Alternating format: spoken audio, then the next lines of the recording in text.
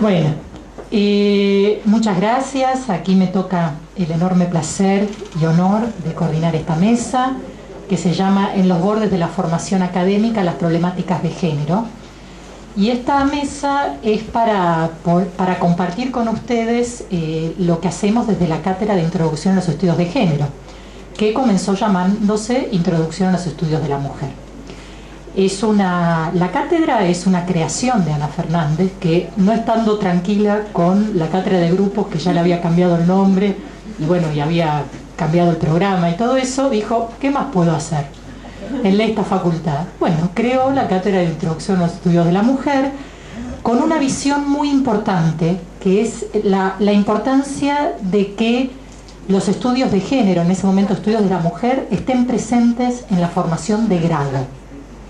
Esto es algo que nosotros en la Facultad de Psicología estamos muy acostumbrados, pero es algo muy raro de ver, porque los estudios de género en general están en los ámbitos de posgrado. De hecho, hasta el día de hoy somos muy pocas las cátedras que trabajamos desde esta perspectiva, formando a gente que no tiene necesariamente sensibilidad por el tema, pero viene a la cátedra y sale con algo diferente, sea lo que fuere a lo que se va a dedicar después.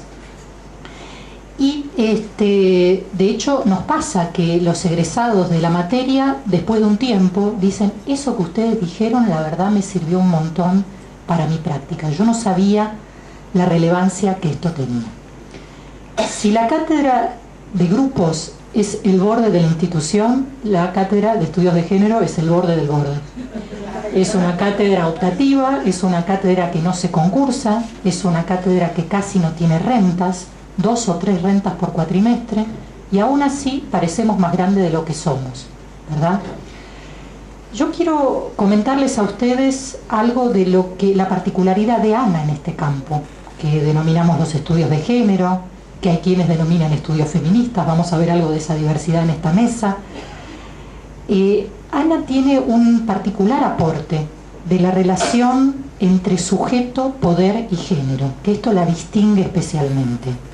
La concepción acerca del sujeto, la construcción histórica de la subjetividad, la dimensión política de la subjetividad, es un distintivo de Ana en su producción y en su transmisión en este campo.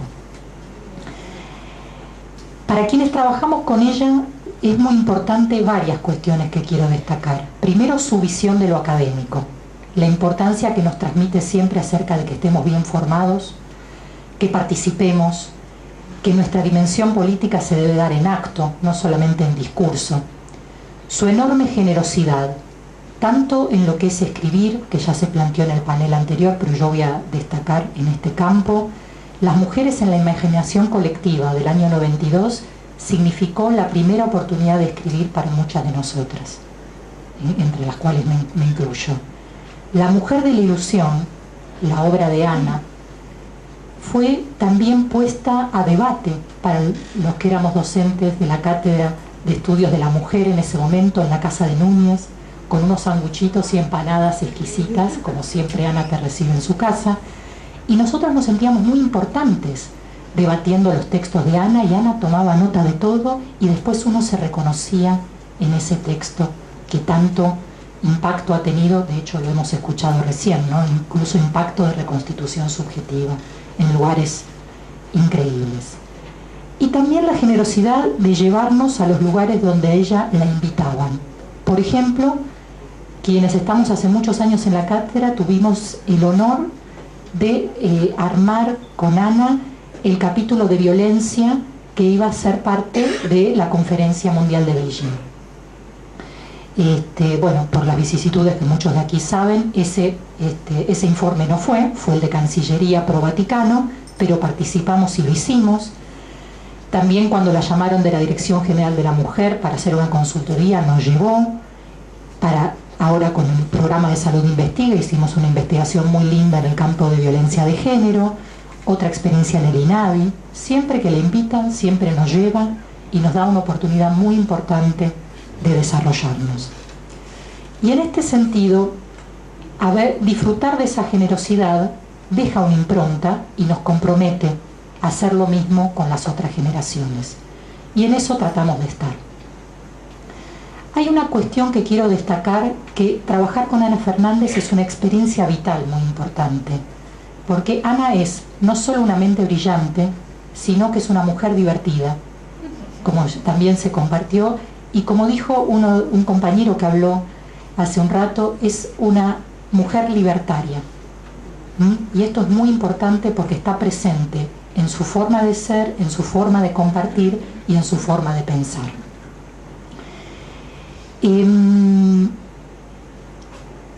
Yo no quiero extenderme mucho más en lo que les estoy diciendo porque es solo una presentación del panel. Sí les quiero contar que en el año 2000 la cátedra dejó de llamarse Estudios de la Mujer y se empezó a llamar Estudios de Género. Esto implicó un cambio en el programa, de incorporar lo relacional, también los estudios de las masculinidades, y en este momento estamos tratando de incorporar el tema de la diversidad y salir del paradigma de lo heteronormativo. Ese es el trabajo actual en lo que estamos. Trabajamos temas de violencia, masculinidad, feminidad, nuevos contratos entre varones y mujeres, trabajo, psicoanálisis, salud. Esto es más o menos un popurrí de la introducción a los estudios de género en el campo de la subjetividad que compartimos con los alumnos. Este panel tiene una particularidad. Los invitados e invitadas son pares de Ana en el campo, son referentes en lo que se llama género en su articulación con el campo de la subjetividad, piensan de manera diferente, habitan diferente esta relación. Como les decía, para afuera parece un campo homogéneo, pero para adentro no lo es. Hay quienes no utilizan el concepto de género, vamos a ver por qué esto es así. Estas personas son, como les decía, referentes, escriben, son consultados, son muy famosos y han tenido la gentileza de estar con nosotros hoy. Invito a que los escuchemos en este homenaje que la Cátedra de Estudios de Género y la Cátedra de Grupos le estamos haciendo a nuestra maestra, porque, siguiendo a José Martí, decía que honrar honra, y en eso estamos. Bueno, ahora les voy a presentar a quienes nos van a acompañar. En primer lugar, va a hablar Marta Rosenberg.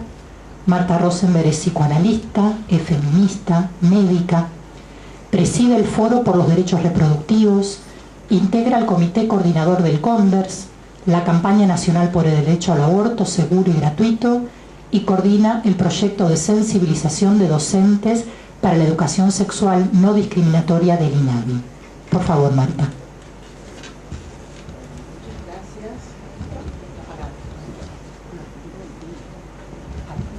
Ahora sí. Bueno, buenos días y muchas gracias. Especialmente muchas gracias a Débora por incluirme en esa definición que hizo. Es un honor que la honra y me honra, que no sé si es justificado. Quiero decir que esta intervención mía es una intervención un poco improvisada, más bien del todo improvisada, aunque no se puede hablar de improvisación de algo que lleva muchísimos años de historia, pero bueno, esta intervención la siento un poco improvisada frente a la magnitud de lo que despierta el trabajo de Ana durante muchos años y que es visible aquí en esta reunión, visible y sensible en esta reunión que realmente me inspira el mayor de los respetos. Quiero decir que yo pensé algo, a mí los títulos me provocan. Eso de los bordes del pensamiento, de entrada me interrogó, dije, ¿qué es eso? ¿Qué son los bordes del pensamiento? ¿Cuáles bordes? ¿Entre pensamiento y qué? ¿Qué otra cosa? Si se trata de género como categoría de análisis, como dice el título de esta mesa, es un lujo quedarse en los bordes, no podemos. Tenemos que meternos, tenemos que recorrer toda la extensión que supone utilizar la categoría de género porque no puede estar ausente de nuestro pensamiento, tiene que estar instalada en la forma en que abordamos cualquier objeto de pensamiento.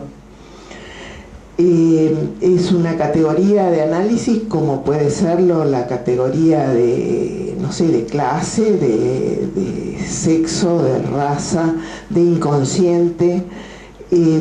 No nos permite borde, digamos. Tenemos, al contrario, tenemos que tener una política como de impregnación, no de ruptura de los bordes, sino de impregnación de lo que no está, de lo que constituye borde.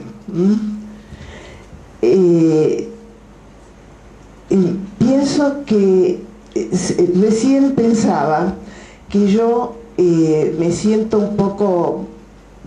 bastante en el borde, soy una persona de bordes, porque justamente lo que constituye el centro de la actividad de Ana es un espacio del que yo no participo, que es el espacio académico universitario.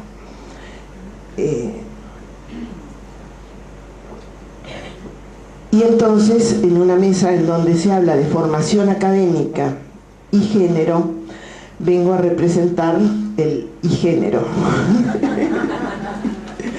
Siempre mi formación estuvo en función de objetivos más o menos delimitados, de requerimientos de mis prácticas, que han sido diversas y variadas, y no de la constitución de un saber que pudiera llamarse académico.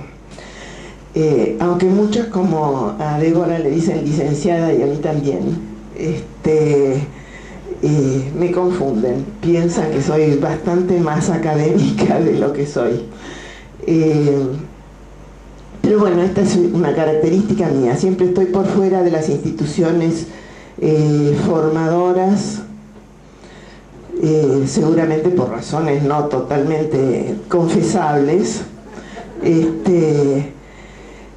pero es desde ahí, digamos, desde ese borde que tengo que intervenir, porque siento que ese borde no alcanza o no incluye una situación con Ana, que es una situación de una especie de lejanía empírica, una especie de lejanía empírica en el sentido de que hemos compartido hace muchos años espacios que fueron muy definitivos y marcantes para las dos. Nosotras nos conocimos, creo que en plena dictadura, Ana en su exilio platense y yo en mi inmigración privada hogareña, digamos. Ana emigró a la capital y yo me metí en mi casa a estudiar. Las dos estábamos en lugares inexplorados para nosotras, y compartimos algunas cosas muy importantes, y varias de ellas en donde Ana pasó al centro, dejó el borde. Por ejemplo, el tigre, Ana, que yo estaba en el centro y ahora ni en el borde, me tengo que subir a la lona. Bueno, tuvimos muchas amistades comunes y tuvimos muchos momentos compartidos, totalmente momentos de ocio compartido.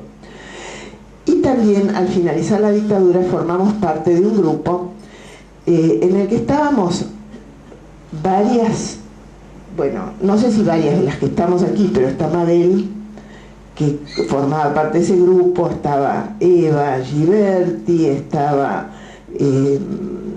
Gisela Rubar y Ana María Lascal, estaba, ayúdenme, estaba Clara Coria, Gloria Bonder, no sé si muchas más. Después se amplió un poco, pero yo no participé cuando se amplió. Recuerdo que en ese grupo, estoy hablando de hace, no, 5 años, un poco más. En ese grupo Ana y yo, que discutíamos, estudiábamos y discutíamos cuestiones feministas, decíamos en ese momento, no decíamos ni de género ni de mujer, feminismo. Y empezamos a estudiar Ana y yo los escritos de Freud sobre femineidad y sobre sexualidad femenina, con el propósito de hacer una lectura crítica para dar un seminario desde el punto de vista de género. Y estudiamos muchísimo, y a dar el seminario nunca le llegaba el turno, siempre había otro más importante y otro que era más urgente y otro que era más apetecido a lo mejor. A nadie le interesaba mucho lo que hicimos, pero a nosotras yo creo que a las dos nos interesaba mucho. Y yo no puedo evitar en este momento recordar que cada vez que yo leo alguna cosa de Ana en donde se menciona eso, encuentro resonancias de esas conversaciones y de ese estudio compartido. Y lo mismo me pasa a mí cuando escribo algo. Siempre conservo la resonancia de ese abordaje que hicimos de las obras de Freud sobre sexualidad femenina. Me acuerdo que terminamos en un desacuerdo, y como éramos muy así, también incluía, estudiábamos no solo Freud, estudiamos otras cosas también. Estudiábamos Althusser, y estudiábamos algunos escritos feministas, creo que Lucy Ligaray. Y me acuerdo que cuando terminamos el tema, dimos por terminado el tema, hicimos una especie de informe para el colectivo, no nos habíamos puesto de acuerdo sobre una cosa, y lo pusimos en el informe. Una de nosotras cree que era un grupo así, y pusimos, una de nosotras cree, el desacuerdo era sobre el concepto de castración simbólica, si habría o no la posibilidad de pensar la castración como una carencia específicamente femenina, o la castración como una carencia generalizada del género humano, digamos. Y no nos habíamos puesto de acuerdo. No sé por qué me acuerdo mucho de eso, porque yo estuve pensando cuando venía aquí, ¿qué pasa? Que no tenemos una interacción más frecuente. Y pensé que podíamos sentir, o que yo por lo menos puedo sentir, esta comunidad con Ana, a pesar de no tener esa interacción cercana. Interacción hemos tenido, por ejemplo, en algunos de los equipos que yo formé, he recibido bastante gente que venía y me decía, yo vengo de la cátedra de género de la Facultad de Psicología. Yo he trabajado bastante con gente que me venía de Ana, y para mí esa era una garantía de que era gente con la que yo podía trabajar. Y digo que si me distingo de Ana, es en el sentido de reconocer esa proximidad que tenemos. Es decir, yo sé que estamos bajo un paraguas común, y sé que estamos en común, que estamos ella conmigo y yo con ella, en ese preciso aspecto de nuestros intereses, inquietudes y objetivos. Y digo tener en común en el sentido que lo usa Roberto Espósito, como no tener algo en posesión común, sino tener una deuda común. Tenemos la misma deuda y nos mueve eso a tener nuestra comunidad, más allá de las interacciones empíricas que tengamos. Una comunidad en la que nos reconocemos vinculadas, que tiene que ver con la orientación de nuestro pensamiento para en donde Débora decía que si grupos es el borde, el género es el borde del borde, y pienso que esa condición de borde que a mí me pone respecto de un espacio tal vez que es el espacio psicoanalítico, no el espacio de la psicología de grupos, y los espacios políticos en los que he participado también, y en los que participo, en donde estamos permanentemente poniendo a prueba cuáles son las ideas centrales que producen los efectos contra los cuales estamos militando o activando, para usar una palabra también antigua.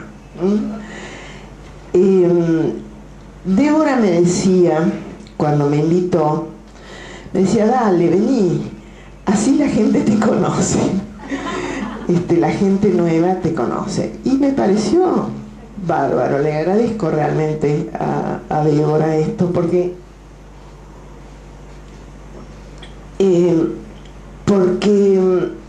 en realidad a partir de que de todas estas cosas de tantos años, yo he tomado un camino que es un poco distinto, que es un camino más bien en el activismo de movimiento de mujeres.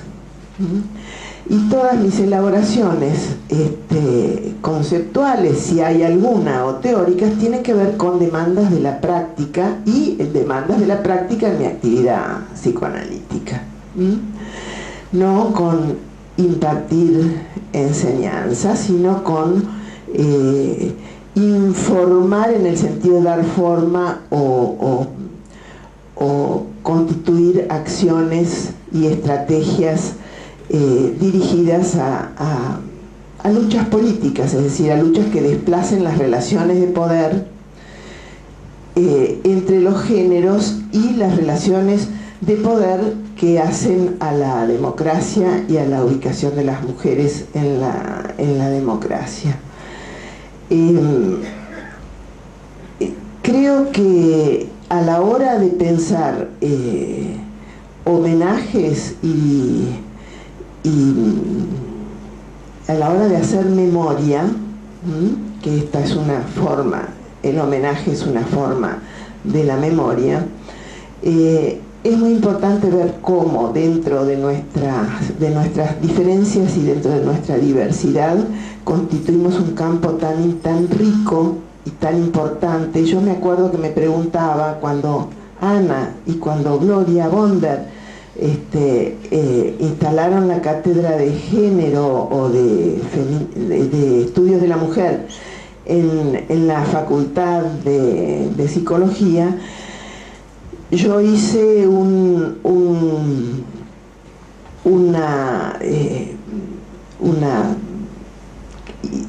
pregunta de hasta qué punto podía instalar una cátedra en una facultad, realizar el trabajo de transversalización que requiere el cambio de la subjetividad de género para su transformación en una equidad de género. Y en un momento dado hubo una discusión sobre esto y pienso que podríamos, a lo mejor en este momento ya sería hora, digamos, de analizar si se pudo cumplir ese objetivo, de qué maneras, cuáles fueron las condiciones en que se pudo cumplir o cuáles fueron los obstáculos para que se cumpla. Creo que si hacemos un análisis similar, tenemos que reconocer la interrelación y el entrelazamiento absolutamente indisoluble entre lo que puede ser la actividad de una cátedra en una universidad y los logros y avances de un movimiento social feminista. Es decir, no en vano cuando se habla de esta cátedra se la vincula con movimientos sociales, y Ana ha sido una de las preocupaciones y las inquietudes que ha tenido permanentemente. Me parece que en ese sentido estamos profundamente unidas y que Ana, desde la investigación, ha contribuido a que esos movimientos tengan la posibilidad de construir conocimiento que puede ser integrado al caudal de conocimiento que significa una universidad. Yo estoy trabajando el tema de maternidad y aborto desde hace mucho tiempo y siempre encuentro, cuando Ana menciona estos temas, siempre encuentro algún punto en el que me resulta coincidente con mis propias elaboraciones. No voy a darle el gusto a Débora de hablar de lo que yo estoy haciendo, que me dijo, pero porque sería, me parece, extemporáneo y fuera de lugar, pero sí quiero reconocer que siempre encontramos en los escritos de Ana algún elemento importante para nuestras elaboraciones, que eso sí, no renunciamos nunca a elaborar teoría desde las prácticas políticas. Bueno, gracias, muchas gracias, Ana, y seguiremos desde fuera o desde adentro de la universidad en esta relación de implicación mutua que puede ser tan acompañadora, diría yo. Es compañía. Muchas gracias.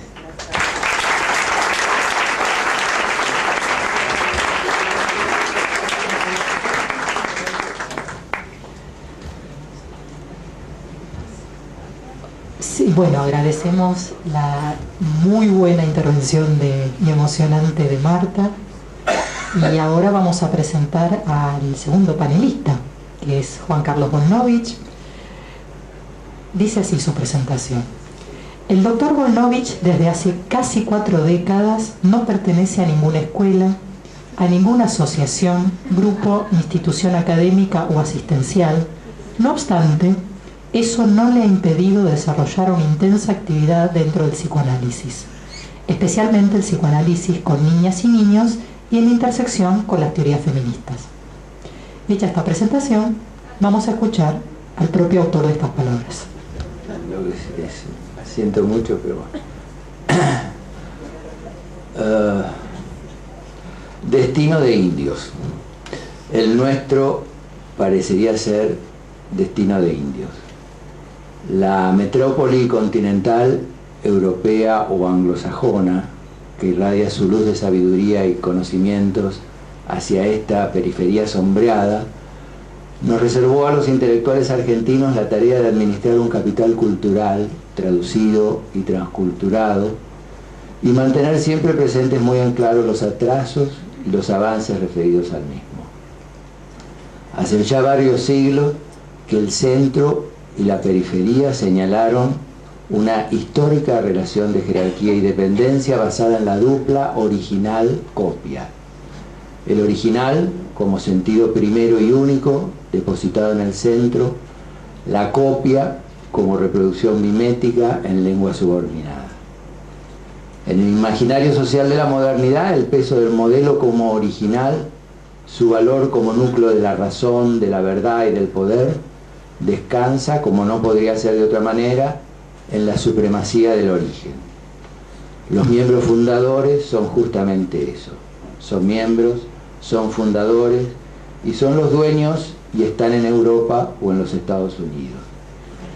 Los latinoamericanos sabemos muy bien que pese a la supuesta universalidad de la ciencia, la fragmentación de la realidad nos obliga a habitar este margen oscuro desde donde intentamos apropiarnos de la luminosa teoría metropolitana, a sabiendas que forma sistema con la normativa de un centro que nos exige plegarnos a sus gramáticas de autoridad.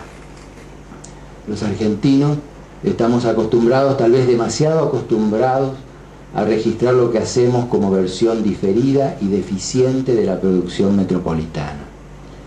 Los argentinos, demasiados acostumbrados a considerarnos eco y no voz, demasiados acostumbrados a representarnos como máscaras sin rostro, tenemos en Ana Fernández una producción que es copia de un original que no existe.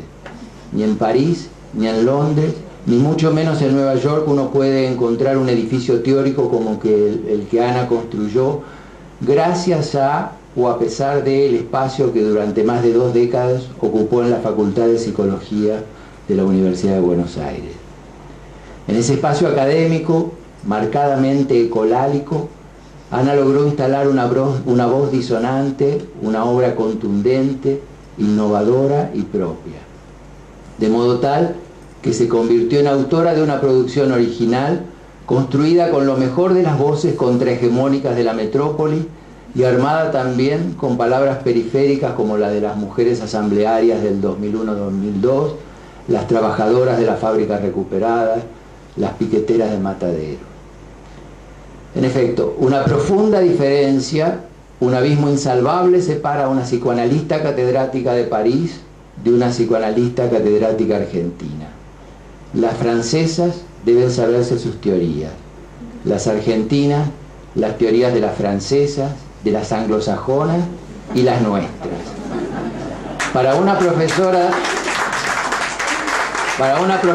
de la Sorbonne, basta y sobra con haber leído a Lacan y con llamarse Julia Kristeva, Lucy Irigaray o Hélène Cixous para el caso, pero no se les mueve un pelo frente a Teresa de Lauretis, Judith Butler, Jessica Benjamin, Eva Ghiberti, nombres que para no pocos franceses es casi una gracia ignorar, y viceversa. Otro tanto pasa para los norteamericanos de Yale, por ejemplo, que conocen muy bien al Freud de Anna Freud, a Nancy Chodorow, y a veces, como gran excepción, a Derrida, pero que nada saben de Castoriadis, y para quienes Deleuze y Guattari son los nombres de un jugador de fútbol desde que soy yo el que interroga. Esto es una anécdota verdadera, me preguntaron si jugaban fútbol. Tengo la certeza de que los teóricos metropolitanos, sean estos de París, de Londres o de Nueva York, tienen algo en común. Ni les importa, ni tienen la menor idea de lo que se produce en estos lares. Por eso admiro a Ana. Ella construyó una teoría crucial, esto es, se instaló en el cruce de lo mejor que se produjo en la metrópoli con la producción y la apropiación periférica. De modo tal que se convirtió en una excelente entrecruzadora, interlocutora intelectual de casi todas las autoras y los autores contemporáneos que han abordado las teorías feministas y el psicoanálisis. De manera magistral, como solo puede hacerlo quien conoce ampliamente los textos fundadores, sobre todo a Foucault, ella los procesó y los metabolizó para desarrollar sus propias ideas, para arribar a conclusiones novedosas e inéditas, y para construir su particular manera de afirmar un polo conceptual ineludible para quienes intenten transitar un psicoanálisis atravesado por las teorías de género. Pero el mérito fundamental de Ana no se reduce a haber incluido las teorías de género en la universidad, sino que se ve incrementado por haber alertado acerca de la tendencia a la utilización tecnocrática de esa categoría. Tendencia que en estos últimos años se ha visto agravado cuando fue aceptada por los organismos internacionales. Los organismos internacionales le dieron un baño de lavandina al género cuando lo incorporaron aislado de las cuestiones del poder, cuando lo separaron de las determinantes de clase social, de etnia, cuando dejaron de lado las consideraciones éticas. Con los estudios de género así entendidos, Ana transitó por la huella que abrieron, entre otras, Mary Langer e Isabel Larguía, quienes a fines de la década del 60 afirmaron que era imposible trabajar las diferencias al margen de los regímenes totalitarios que las determinaban. Porque el caso es que existen experiencias donde las mujeres se incorporaron masivamente al trabajo productivo y a los movimientos sociales. En ciertos periodos calientes de la historia, desde la antigua Grecia hasta nuestra era, pasando por la Revolución Francesa, se dieron movimientos donde las mujeres conquistaron el espacio público, solo que una vez consolidado el nuevo sistema, una vez que los remolinos se tranquilizaron, todo volvió a la situación anterior. Una vez más, decía Nicole Loró, refiriéndose a la guerra del Peloponeso, una vez más se dibujaba la muy notable contigüidad de lo sexual y la guerra. Cuando terminada la guerra, las mujeres legendarias, como las esposas muy reales de los ciudadanos, encontraban nuevamente su destino de mujeres. Y en aquellos tiempos de la Revolución Francesa, Olympe de Gouges, por ejemplo, redactó la Declaración de Droits de la Femme Citoyenne, pero haber creído que el lema revolucionario de libertad, igualdad y fraternidad abarcaba también a las mujeres, le costó perder la cabeza en la guillotina. También la Revolución Soviética del 17 incluyó la promulgación de leyes laborales destinadas a avanzar en el camino de la igualdad de derechos de las mujeres, pero esas conquistas se cumplieron solo a medias.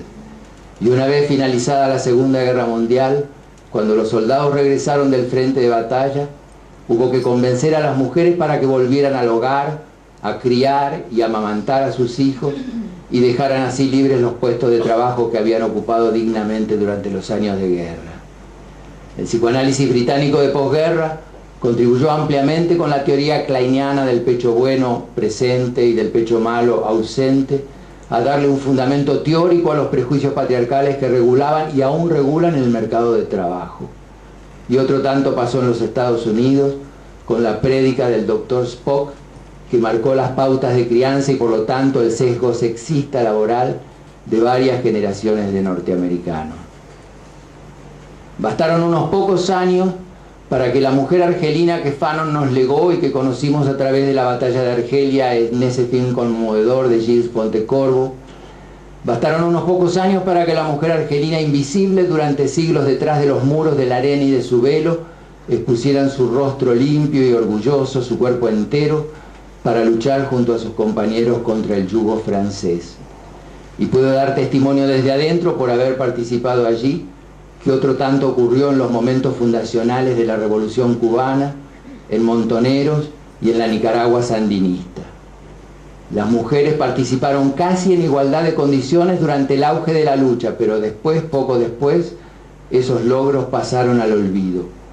Y en los días que rodearon al 19-20 de diciembre del 2001, seguro que ustedes lo recuerdan, el paisaje urbano se llenó de mujeres que caceroleaban, de asambleas populares coordinadas por mujeres, de grupos piqueteros organizados en un 60% por mujeres, de fábricas recuperadas por trabajadoras, mujeres corajudas y arriesgadas, pero una vez que todo eso se calmó, las mujeres recuperaron su estatus anterior. Decía que bastaron unos pocos años para que las mujeres invisibles expusieran su rostro y su cuerpo entero para luchar junto a sus compañeros, pero hizo falta mucho menos tiempo para que todo eso quede rápidamente desmantelado y reemplazado por las viejas costumbres. Esas costumbres con permanencia garantizada por el superyo, la marca que el otro mayúsculo grabó en nosotros y que nos predispone a quedar subordinados al poder. Costumbres a las que Freud, muy obligado a la segunda tópica, había hecho alusión cuando afirmó la existencia de un dominio extranjero interior, dominio extranjero en el seno de lo íntimo, así como la realidad, decía Freud, es un dominio extranjero exterior. Como bien nos enseñó Ana, las diferencias de género y los dispositivos sociohistóricos de poder son los responsables de las desigualdades y de las injusticias. Pero ahora nos toca ocuparnos de las nuevas tecnologías. Si esta celebración nos convoca a pensar en la universidad pública, se impone aceptar que esa universidad, espacio donde coinciden las nuevas generaciones de nativos digitales con docentes inmigrantes digitales, es el lugar privilegiado para una producción y una investigación que aborde la cuestión en medio de lo que es nada más ni nada menos la mayor revolución cultural desde la aparición de la imprenta hasta nuestra era. Las nuevas tecnologías están aquí, han llegado para quedarse y para ir transformándose y transformando a pasos vertiginosos el mundo que habitamos.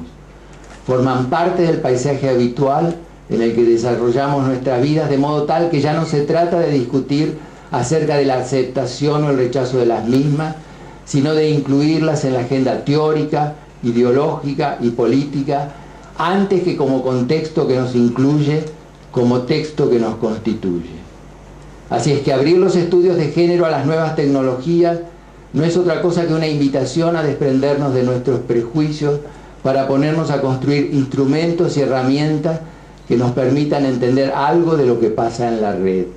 Eso que pasa y que va transformando nuestras operaciones lógicas, nuestra manera de pensar, y tal vez no sería arriesgar demasiado decir, siguiendo a Adorno y a Marcuse, introduciendo cambios en nuestra segunda naturaleza, si es que no nos atrevemos a afirmar la metamorfosis del inconsciente.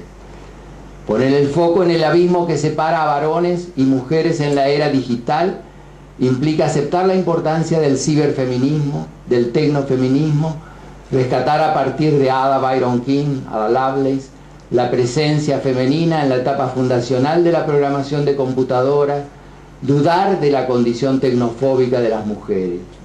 Supone incluir el manifiesto para cyborgs de Dana Haraway junto a autoras como Sadie Plant, Faith Wilding y Sandy Stone. Supone prestarle especial atención a los videogames como campo específico para el tradicional universo de los varones y al net art como espacio privilegiado para las mujeres. Supone reparar en el radical cambio que transformó la escritura en los últimos años, pasando en breve tiempo del soporte en papel y el lápiz con una sola mano al teclado de la computadora con las dos manos y a la producción de textos en el teléfono celular con los pulgares. Para terminar, hace varios años ya, hace casi 3 décadas, mi madre fue a visitarme a La Habana para visitarme. Yo vivía ahí. Mi madre había sido alumna de Alfonsina Storni, había aprendido a declamar con Berta Singerman, y yo, para impresionarla, la invité a una reunión muy íntima de intelectuales. Le presenté en este orden al que en ese momento era el presidente de la Casa de las Américas, el artista plástico Mariano Rodríguez, a Gabriel García Márquez y a Roberto Fernández Retamar. Conservo una foto de aquel encuentro. Cuando nos retiramos, mi madre me hizo un comentario muy judío, muy de ironía judía. Me dijo: mirá que es grande esta revolución, ¿eh? Haber hecho de un Rodríguez, un García y un Fernández los intelectuales más importantes del mundo.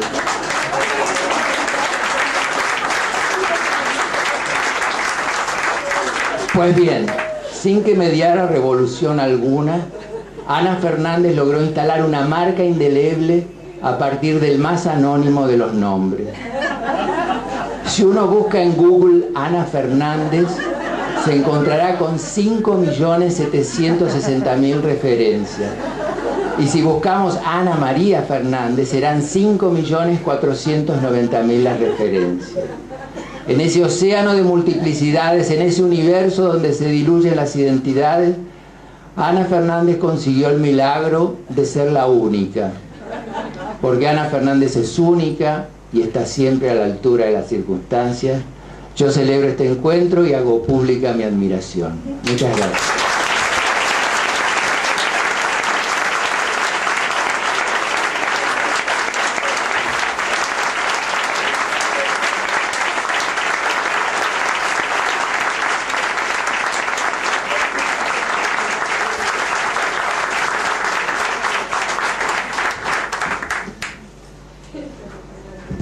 Bueno, después de la intervención de Juan Carlos, les voy a presentar a nuestra última panelista. Ella es Mabel Burín, es doctora en Psicología Clínica y psicoanalista, especialista en género y salud mental. Es miembro de la World Federation for Mental Health, del Comité Asesor del Foro de Psicoanálisis y Género de la Asociación de Psicólogos de Buenos Aires y miembro fundadora del Centro de Estudios de la Mujer, del CEM, ¿no?, que ya habló un poquito Marta. Es docente universitaria en centros académicos de Argentina, Brasil, México, Costa Rica y España, y actualmente es directora del programa de estudios de género y subjetividad en la Universidad de Ciencias Empresariales y Sociales, UCES. Y es directora del programa postdoctoral, también en estudios de género, de UCES. Y como parte de estos programas es directora de varias investigaciones, publicaciones y del diplomado interdisciplinario en estudios de género. Es autora de muchos libros, entre los cuales voy a destacar los siguientes: Estudios sobre la subjetividad femenina, Mujeres y salud mental, que se editó en el 87 y está reeditado, El malestar de las mujeres, La tranquilidad recetada, y Género y Familia, Poder, Amor y Sexualidad, con Irene Meller, y Varones, Género y Subjetividad, también con Irene Meller. Mabel, por favor. Bueno, gracias y gracias por el humor, Juan Carlos. Muy divertido lo de tu mamá. Bueno. Bien. Por lo que escuché hasta ahora me pareció que hoy es el día de hacer historia y yo voy a contar algo que, como te comenté, Ana, mientras cenábamos la semana pasada, te va a sorprender. Porque voy a recordar a Ana María Fernández desde los bordes de los estudios de género, cuando aún se llamaban estudios de la mujer, desde la prehistoria de la inserción de Ana en este campo de estudios. En el año 79, o sea, hace ya 30 años, todos hablan de los años 80, yo les voy a contar del 79, julio del 79, compartimos con Ana un seminario que se llamaba Ubicación de la Mujer en la Sociedad Actual. Así es. Un nombre muy lavado, como se darán cuenta, para que fuera discretamente comprendido en su espíritu, pero que no revelara mucho de sus intenciones, porque estábamos en plena dictadura militar y quienes nos reuníamos en ese seminario éramos sobrevivientes del cierre de nuestros lugares de trabajo, en las universidades, en los centros de estudio, en otros espacios académicos donde trabajábamos. Y por esa época habíamos aprendido a hacer piruetas con el lenguaje y en los modos de nombrar las cosas y de hacerlas públicas, y ese seminario era una prueba de los recursos de resistencia que tratábamos de utilizar contra la dictadura y de sentir que no lograban aniquilar por lo menos nuestra lucidez intelectual. En este seminario en cuestión, cada una de nosotras presentaba los trabajos que nos interesaba denunciar desde una perspectiva feminista. El trabajo que Ana presentó, julio del 79, junto con Graciela Sicos, se llamaba La fobia al placer femenino. Miren qué tema. 30 años. Y allí denunciaba la clitoridectomía que se practicaba a las niñas musulmanas en algunos países africanos, o sea, la extirpación del clítoris. Pero de allí, Ana derivaba el interrogante sobre, por una parte, qué extirpación podíamos sufrir las mujeres occidentales en nuestros modos de pensar y de vivir nuestras vidas cotidianas, y por otra parte, y esto me gustaba, la hipótesis de que la fobia al placer femenino la tenían los varones en relación con las mujeres. ¿Por qué esto? Esto se relacionaba con un contexto social y psicológico en que las mujeres éramos todas sujetos de algún trastorno psicopatológico. Fíjense, la que no era fóbica era histérica o melancólica. Y en tanto madres se nos calificaba como madres esquizofrenizantes, madres abandónicas, madres depesógenas, etc. Esta psicopatologización del malestar que expresábamos como mujeres y debido a nuestras condiciones opresivas de vida, se vieron agigantadas cuando se recurrió a llamar locas a las madres de Plaza de Mayo que denunciaban la desaparición de sus hijos. Este seminario en el 79 sucedía de puertas adentro, en un clima cauteloso, donde participábamos solo por invitación personal, pero de todos modos iniciamos allí un debate enérgico y de denuncia, porque nos dábamos cuenta que aunque la represión había actuado muy masivamente, no había logrado sofocar del todo nuestros modos de pensar y de sentir como mujeres. De modo que entre las grietas, las fisuras que quedaba de esa represión, se filtraban nuestras presentaciones en aquel seminario, sabiendo que estábamos en los bordes del discurso académico oficial, además de estar desplegando cierta forma de militancia, incipiente por entonces, que era la del feminismo académico. Estábamos conociendo las teorías y las prácticas feministas, innovadoras, revolucionarias para la vida cotidiana de muchas mujeres, un fenómeno que se llamó en ese entonces la revolución silenciosa de las mujeres, en un contexto donde el silencio era la consigna oficial para poder sobrevivir.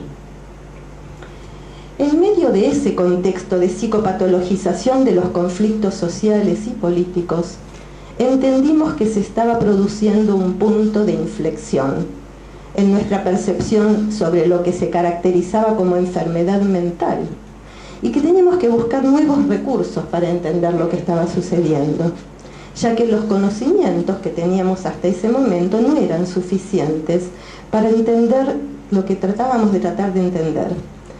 Y rápidamente encontramos en relación con las mujeres que eran las condiciones de vida opresivas, excluyentes, lo que despertaban el deseo de justicia en una cultura arraigadamente patriarcal que por ese entonces estaba marcada por las botas y los uniformes, para justificar una vez más la injusta distribución de bienes, tanto materiales como simbólicos. Ese fue el inicio, la prehistoria de lo que hoy llamamos estudios de género en el campo académico. Y fue el inicio de un largo diálogo que he mantenido con Ana desde entonces, hace 30 años. Un diálogo que, les aclaro, no siempre estuvo hecho de palabras dichas, A veces fue a través de la palabra escrita, leyéndonos una a la otra durante estos tiempos. También quiero recordar un artículo que Ana escribió poquito tiempo después, en el 81-82, que se llamó La mujer de la ilusión, un trabajo precursor de aquel que después fue un libro, que publicó mucho más adelante con el mismo título. Y en este artículo, que llevaba como subtítulo Mitos sociales de la identidad sexual, Ana ahí nos advierte que su objetivo es analizar las producciones fantasmáticas colectivas que se reconstruyen y se reproducen, estoy citando textualmente, en hombres y mujeres alrededor de lo idéntico y lo diferente para cada sexo. Palabras. En este texto, Ana analiza la praxis social de las mujeres como madres, denuncia la exclusión y segregación de las mujeres debido a estas prácticas y la homologación de lo genérico humano con lo masculino. Y también propone analizar, cito otra vez, las fuerzas sociales que operan también a nivel inconsciente en el registro imaginario, que podrían ser analizados a través de lo que hemos dado en llamar los mitos sociales. Y la cita continúa. Estamos planteando la producción y reproducción de la ideología en la constitución del psiquismo. Les aseguro que decir esto en 1981-82 era mucho decir. Atreverse con lo que por esas épocas era difícil denunciar. Poco antes Ana había tenido un hijo en el 81 es, ¿no? Me acuerdo. O sea que, me acuerdo de tu panza, además. O sea que una vez más se ejemplificaba en esa época la consigna feminista de que lo personal es político. Y Ana, cuando escribía esto, estaba haciéndose eco de esta consigna que sosteníamos en esa época. También prestigio, reconocimiento social, aprobación de la producción realizada, aspectos todos que son muy relevantes en las carreras laborales de quienes se desempeñan en las áreas reconocidas por los premios Nobel. Quizá la visibilización de las inequidades de género en el otorgamiento de los Nobel pone en descubierto otras inequidades que permanecen naturalizadas y que contribuyen a la construcción del techo de cristal en la carrera laboral de las mujeres. Es que el techo de cristal tiene una doble inscripción, objetiva y subjetiva a la vez. Y en sus aspectos objetivos está construido sobre la base del diseño de carreras laborales desde una perspectiva masculina que impone restricciones a la subjetividad femenina en cuanto al desarrollo de deseos variados, diversos. Por ejemplo, la atribución a las mujeres de ser las principales responsables de la formación de las familias y del sostén emocional de los hogares, de los hijos, especialmente mientras los chicos son chiquitos. Y esto lleva a que muchas posterguen, a veces indefinidamente, su inserción en carreras laborales que les requieran tiempo, dedicación, energía, compromiso, por verse obligadas a tener que elegir, entre comillas, entre su carrera laboral y su vida familiar. Y si bien los discursos que se enuncian son políticamente correctos en cuanto a la igualdad de oportunidades para la formación educativa y para el acceso a la vida laboral de mujeres y de varones, en las prácticas estas condiciones no se cumplen. De modo que todavía existe un amplio colectivo de mujeres que perciben que tienen que optar entre la maternidad y el trabajo. Y esta es una opción que no se requiere a los hombres. Me pregunto si podría la ganadora del Premio Nobel en Economía tener 5 hijos y una vida familiar como la que tiene su colega, el que fue premiado junto con ella en Economía. No lo creo. También persiste esta problemática del ejercicio de la corresponsabilidad. Lo llamo así corresponsabilidad porque durante mucho tiempo se habló de compatibilizar la vida familiar y la vida laboral. No se compatibiliza nada. No hay ninguna manera de compatibilizarlo, salvo que se haga techo en la carrera de las mujeres. Y entonces prefiero hablar de corresponsabilidad en la constitución de las familias, en el sostén de una carrera laboral significativa, incluso en países centrales donde desarrollan sus trayectorias de trabajo quienes pueden aspirar al premio Nobel. Esta corresponsabilidad que pedimos entre compañeros, entre compañeras, quienes armen parejas, quienes se unan para armar familias, implica tanto a las negociaciones privadas de quienes viven al interior de una familia, como también de las organizaciones laborales donde están insertos, y también los recursos que se puedan obtener a través de políticas públicas, de políticas sociales, para que no persistan estas inequidades de género. ¿Por qué? Porque si no, parecería que las mujeres solo podríamos incorporarnos a una carrera laboral significativa siguiendo los patrones masculinos impuestos hasta ahora, ya que el mundo del trabajo todavía está diseñado dentro de principios masculinos a los que las mujeres deberíamos ajustarnos para formar parte del club de los muchachos. Y esto también es violencia de género, imponer restricciones al repertorio deseante de las mujeres, inhibiendo, limitando nuestras posibilidades como sujetos dentro de los estrechos circuitos de desarrollos de carreras para nosotras. Entonces destacamos las implicaciones severas, injustas, sobre la construcción de nuestras subjetividades, o sea, la dificultad para desplegar anhelos más allá de los que se suponen tradicionales para las mujeres.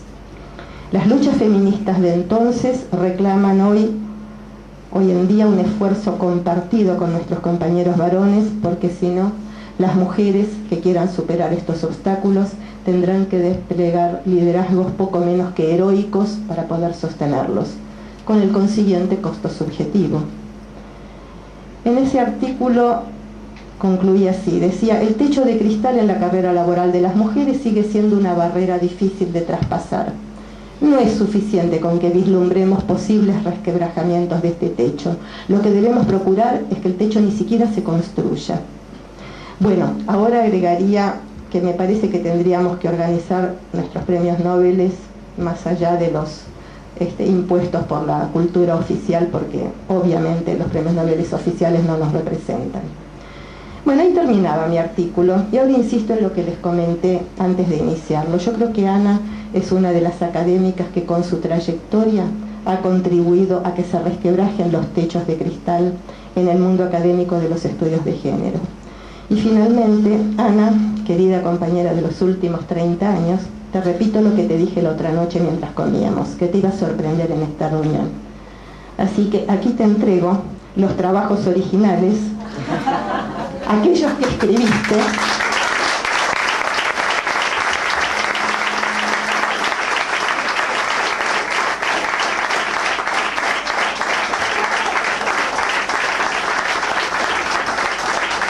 no te lo esperabas. Bien. Y uno de los que nombraste no lo tengo visto. Estos trabajos originales que escribiste en la prehistoria los he recuperado. Hay muchas formas de recuperación. Esta es una de las formas en que tenemos que recuperar la historia y la prehistoria de lo que hemos producido. Están amarilladas muchas de esas páginas del papel, pero no están amarillados nuestros sentimientos ni nuestros ideales de justicia. Nuestra consigna es no olvidar la historia, la que creó las condiciones de posibilidad para producirnos como sujetos mujeres, ni tampoco la historia que nosotras vamos construyendo para producir nuevos sujetos. Es que la lucha continúa. Así que muchas gracias y eso es para vos también.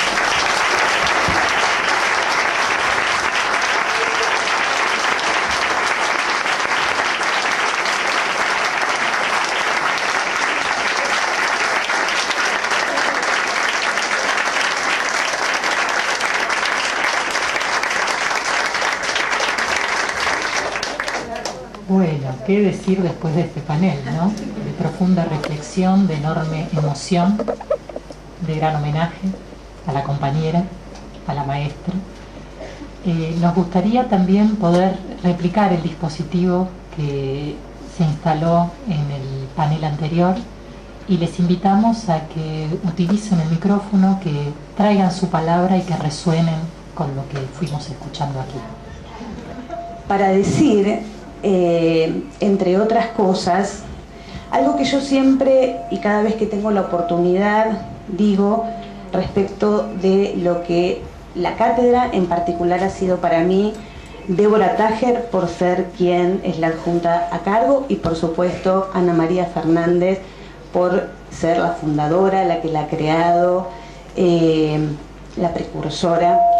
Yo siempre digo que en los ámbitos académicos no siempre los profesores, las grandes, digamos, pensadores, son generosos con el conocimiento. Y cuando yo me encontré, y esto lo digo por experiencia, no solo mía, sino también de otra gente, cuando yo ingresé a la cátedra, me di cuenta de la enorme generosidad que Débora tiene de dar a conocer, de compartir y de invitar a sumarnos a todos a diferentes propuestas de trabajo. Y mientras hoy Débora presentaba el panel, escuchaba cómo Ana, que fue su maestra y fue su referente, también hacía lo mismo, digamos, con ella, cuando ella recién empezó, y con otras compañeras. Me parece que este es el semillero que Ana deja, ¿no?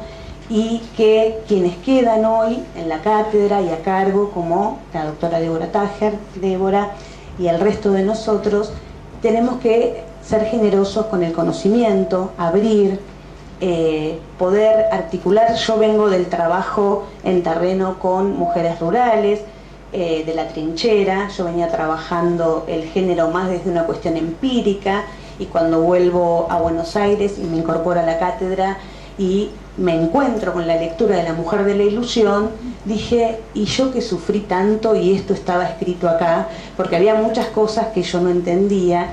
Y vengo de un ámbito que es el ámbito de la militancia y de la cuestión del terreno, que está muy divorciado con la cuestión académica. Entonces parece que esos académicos no saben nada porque se la pasan investigando, pero tienen que embarrar un poco las patas en el barro para realmente, digamos, saber de qué se trata esto. Y en realidad yo acá me encontré con gente como Ana, como Débora, que además de producir, de pensar, de producir conocimiento, digamos, embarra las patas en el barro, mete las patas en el terreno, y muy bien. Personalmente quiero decir también que como frecuentemente fui habitada por las pasiones tristes, ahora estoy habitada por las pasiones alegres, gracias a mi paso y además a mi propio análisis. Mi analista anda por ahí, acá la veo, digamos, por mi paso por la cátedra y también por la profunda marca que Ana María Fernández dejó en mí, ya cuando cursé género hace muchos años, y después de haber leído La mujer de la ilusión. No tengo más que agradecer también al equipo docente de la Cátedra de Género, que somos muy poquitos, como bien dijo Débora.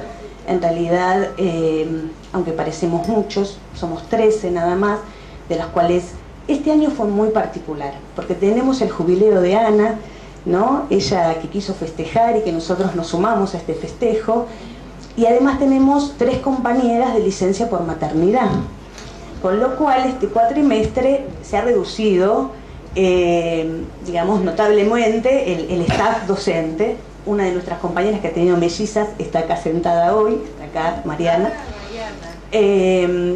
y en realidad fue de un año y un cuatrimestre de mucho trabajo. Pero estamos muy contentos de estar acá. Yo le quiero agradecer acá a mis compañeros que están también sentados. A mí me tocó este cuatrimestre, por una cuestión de que no quedaba mucha gente, ser la JTP. Fue una experiencia muy interesante y fue realmente un trabajo en equipo, y nos sentimos muy apoyados, sobre todo por Débora y obviamente también por Ana.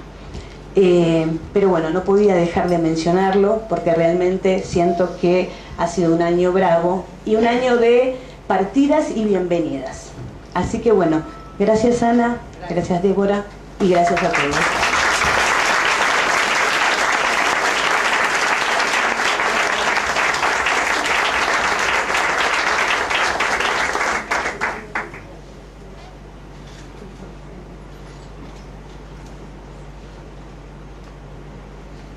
tal?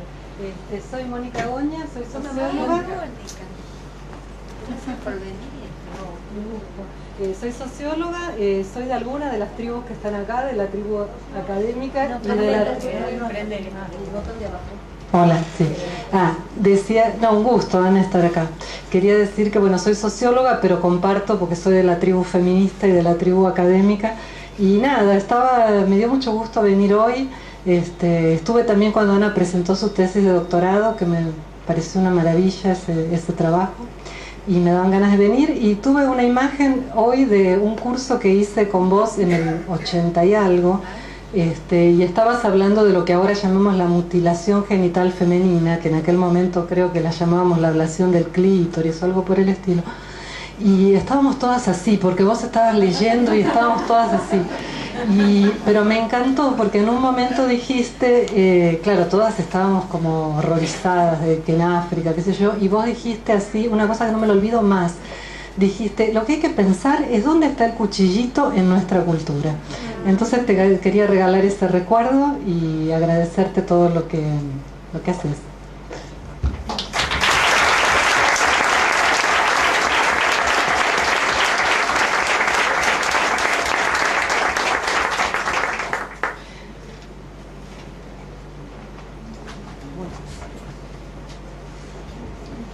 Bueno, buenas tardes, hola Ana, Débora, este panel saludo acá a todos los que están presentes. Yo soy Daniela, soy estudiante de la Facultad de Psicología y también militante del Movimiento Universitario Sur.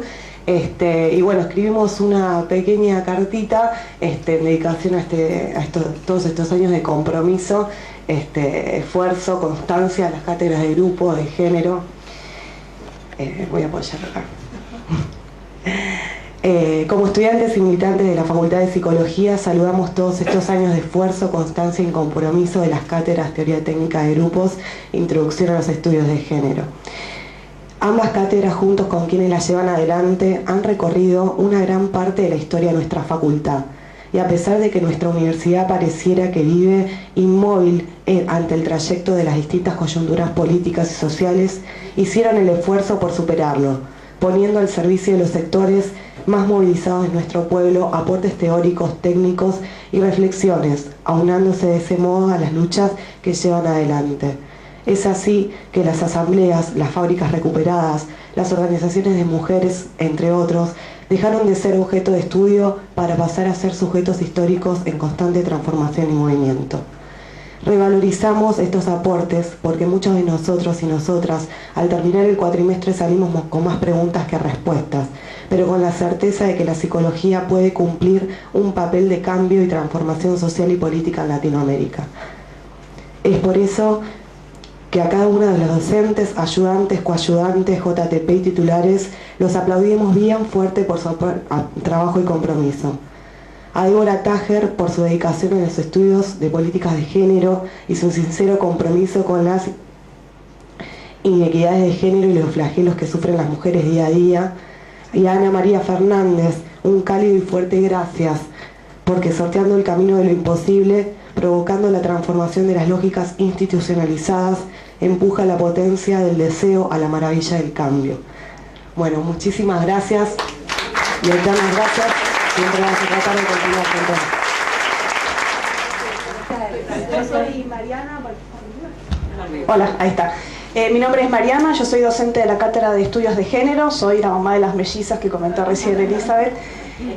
Bueno, yo quería hacer un comentario muy chiquito y es algo que a medida que fui escuchando las diferentes presentaciones me generó como una fuerte impresión, ¿no? Ella comentaba que un artículo de Ana Fernández del 79 y yo pensaba que yo estaba naciendo unos pocos meses antes, ¿no? Entonces me generó como un impacto muy profundo esto de ver el recorrido que uno sabe que ya lo tiene, uno lo conoce, sabe, ha leído sus textos, los ha intentado transmitir lo mejor posible, pero me generó como una impresión muy fuerte, como que de golpe me entrara en perspectiva todo este desarrollo y sobre todo las ganas que me dio de seguir avanzando, saber todo lo que vamos a poder lograr cada uno en su trayectoria y como cátedra. Y también agregar, así como lo comentó Elizabeth, la profunda marca que dejó en su momento como alumna al haber cursado grupos Inmediatamente después haber cursado género, la generosidad de haber podido participar en la cátedra todavía no habiéndome recibido, y en mi caso yo me recibí 2-3 días antes del 19-20 de diciembre del 2001. El año siguiente era un año muy complicado para cualquier cosa, pero bueno, como psicóloga recién recibida, la cátedra de género fue un espacio muy muy importante de inclusión, y un espacio para poder disfrutar, para poder aprender y para sentirse, digamos, que había todavía lugares donde uno podía hacer cosas y lindas. Así que bueno, agradecer esta oportunidad a Débora y también a María Fernández.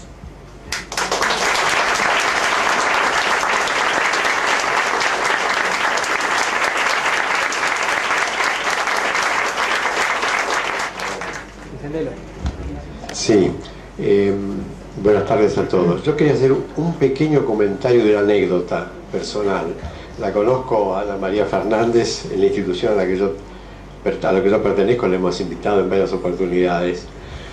Una anécdota de cómo el varón es subjetivado históricamente.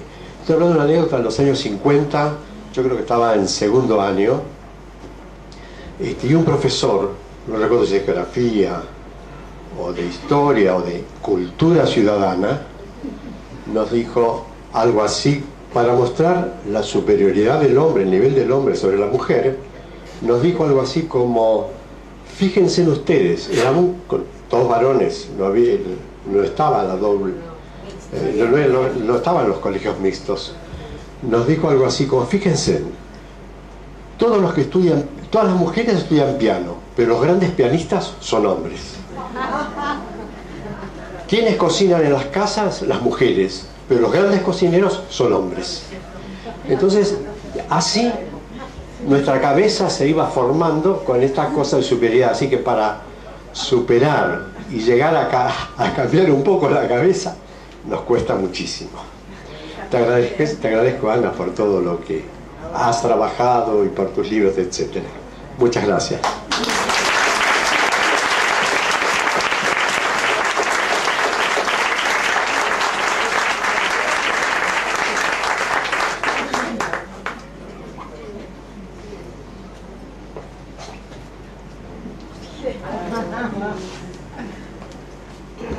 Bueno, muy buenas tardes, mi nombre es Agustín Oliveto, soy ayudante de la Cátedra de Introducción a los Estudios de Género, y en nombre de todas mis compañeras que estamos ahí te queremos dar las gracias y no dejar de estar presentes en este homenaje a vos en este día, porque pensamos de alguna manera cómo a nosotros nos toca seguir o retomar la antorcha y el fuego que ustedes han prendido años A, y cómo de alguna manera leerte me parece que nos forma y nos permite contar con las herramientas conceptuales, teóricas y prácticas para poder continuar con ese recorrido, para poder continuar en otro pensar, para poder seguir pensando en los bordes, abrir la cabeza a otro tipo de cuestiones, de maneras de ser, de maneras de sentir, poder atender a la diversidad subjetiva que el escenario de la posmodernidad o la modernidad tardía nos plantea.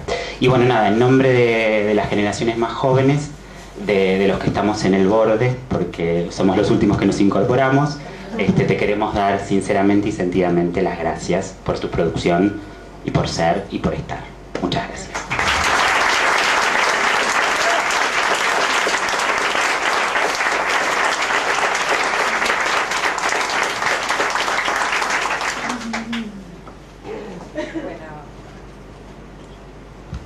Hola.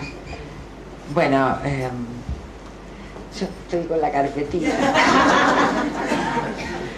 El código de colores es... No, sí, tengo... Bueno, muchas gracias en primer lugar al panel. La verdad que cada uno de ustedes me ha tocado fibras, pero emocionales profundísimas, y reactiva cariños muy históricos, así que muchas gracias. Debo decir que por suerte está grabado, porque esta es una mesa que yo voy a querer escuchar muchas veces. Y quiero decir también que, bueno, hoy va a ser así. Quiero decir también que la cátedra de género no podría ser como es si Débora nos llevara las cosas tan bien. Hace tiempo que ella está a cargo de esta cátedra, a veces nominalmente y otras veces no, pero depende de la burocracia de la universidad. Y todo este equipo de gente tan fantástica y tan entusiasta. Yo decía al cierre del panel anterior que yo no tengo dimensión de el trazo que uno deja. Yo voy a decir que marca me suena a que dejas marcado un chico con un pellizco. Así que si quieren decimos trazo, que está como más bonito, ¿no? Los trazos, los múltiples trazos que pareciera que uno va dejando a lo largo de esta actividad, porque, a ver, no son cosas que yo haga deliberadamente. A mí me parece que hay que hacer así las cosas y las hago y salen a veces muy bien, otras más o menos, pero como es así. Si uno está en los espacios los tiene que habitar, si uno está en los espacios tiene que hacer lío, en fin, son cosas básicas, ¿no? Agradezco particularmente esta carpeta. Hay uno de los trabajos que mencionaste que yo no tengo el recuerdo del trabajo, los otros dos sí. Comentábamos con Sandra que veíamos, porque el SEM surge después de ese encuentro en la Goethe-Schule al que hacían referencia en la mesa, y ahí se forma el Centro de Estudios de la Mujer, donde hemos participado, si no todos, casi todos los de la mesa. Y miren qué lindo era el logo, ¿no? Insiste el nudo para Jaciner, que debe andar por ahí. Y teníamos estos fueron nuestros primeros pininos de escritura. El trabajo del que hace mención Mabel, que eran 5 páginas, porque era lo que estaba admitido allí, y con Graciela Sico fue el parto de los montes, escribir 5 carillas. Nunca habíamos comunicado en un escrito, y entonces para aquellos y aquellas que les parece que es terrible la escritura y que no van a saber o no van a poder, hay que decir, tomando la idea de que hay que pasar la posta, hay que decir que es un problema de oficio. Como diría Juan Carlos de Brasil, que hoy se lo mencionaba, es ecuación culo-silla. Hay que estar ahí hasta que salga y no levantarse a hacer un tecito o a llamar por teléfono. Hay que estar ahí, y después que escribí 5 páginas es más fácil escribir 10, y después podés escribir 30 y ya mandar papers a los lugares, y después tal vez un libro. Pero no hay una capacidad especial de quienes escribimos, sino que hemos ido amando ese oficio que nos permite al escribir pensar mejor. Pero no es algo que hacen otros porque son mucho más inteligentes. Todos podemos hacerlo si confiamos profundamente que tenemos algo que es importante comunicar. Me parece que por ahí pasa la fuerza de la escritura. No puedo dejar de hacerlo, ¿no? Sería ahí. Bueno, una vez más ese panel delicioso, muchas gracias Débora por todo, y muchas gracias a la cátedra y muchas gracias a todos los que están aquí. Seguimos seguramente a las 4, que vienen Tato y Osvaldo, que lo había visto por ahí hoy a la mañana. Así que bueno, ahí también mucha carilina para mí. Pero cada cual festeja como quiere. Festejar con carilina hoy para mí es algo maravilloso.